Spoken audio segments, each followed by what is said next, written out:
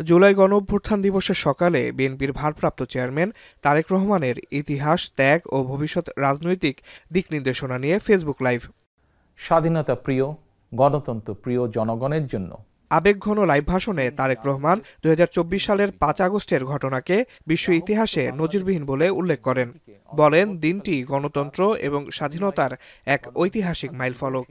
আজ থেকে ঠিক ১ বছর আগে ২০২৪ সালের এই দিনে ফ্যাসিস্ট বাংলাদেশ ছেড়ে পালিয়েছে, রাহমুক্ত হয়েছে বাংলাদেশ। স্বাধীনতা প্রিয়, গণতন্ত্র প্রিয় জনগণের জন্য দিনটি আনন্দের, দিনটি বিজয়ের।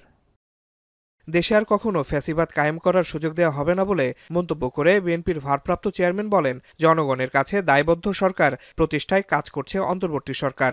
ফ্যাসিবাদ বিরোধী জাতীয় ঐক্য বহাল থাকবে উল্লেখ করে অন্তর্বর্তী সরকারের ব্যর্থতা খুঁজতে কৌশলে স্বৈরাচারের পক্ষে সাফাই গাওয়া গ্রহণযোগ্য নয় বলেও মন্তব্য করেন তিনি।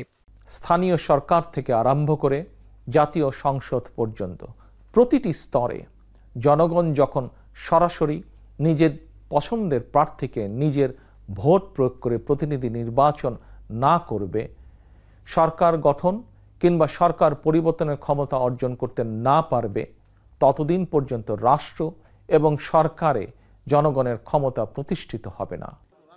এদিকে নয়াপল্টনে বিএনপি কেন্দ্রীয় কার্যালয়ে এক সংবাদ সম্মেলনে বিএনপির সিনিয়র যুগ্ম মহাসচিব রুহুল কবির রিজভী বলেন, ১৬ বছরের নির্মম যন্ত্রণার ভয়ঙ্কর পরিণতি হয়েছে ৫ আগস্টে। এ সময় খালেদা জিয়ার নির্দেশনা তুলে ধরেন তিনি। জুলাই গণ অভ্যুত্থান ছিল বাংলাদেশের মানুষের আত্মপরিচয়, ন্যায় বিচার, সুশাসন সহ গণতন্ত্র প্রতিষ্ঠার ১৬ বছরের সংগ্রামের চূড়ান্ত মাইলফলক। আজ শুধু একটি রক্তপিপাসু সরকারের পতনের বার্ষিকী নয়, বরং একটি জাতির গণতান্ত্রিক চেতনার পুনর্জাগরণের স্মরণীয় দিন। এ সময় একটি যৌক্তিক সময়ের মধ্যে অন্তর্বর্তী সরকার নির্বাচনের আয়োজন করবে বলে আশাবাদ ব্যক্ত করেন বিএনপির শীর্ষ এই নেতা। আসিফ ইকবাল খান, এখন, ঢাকা।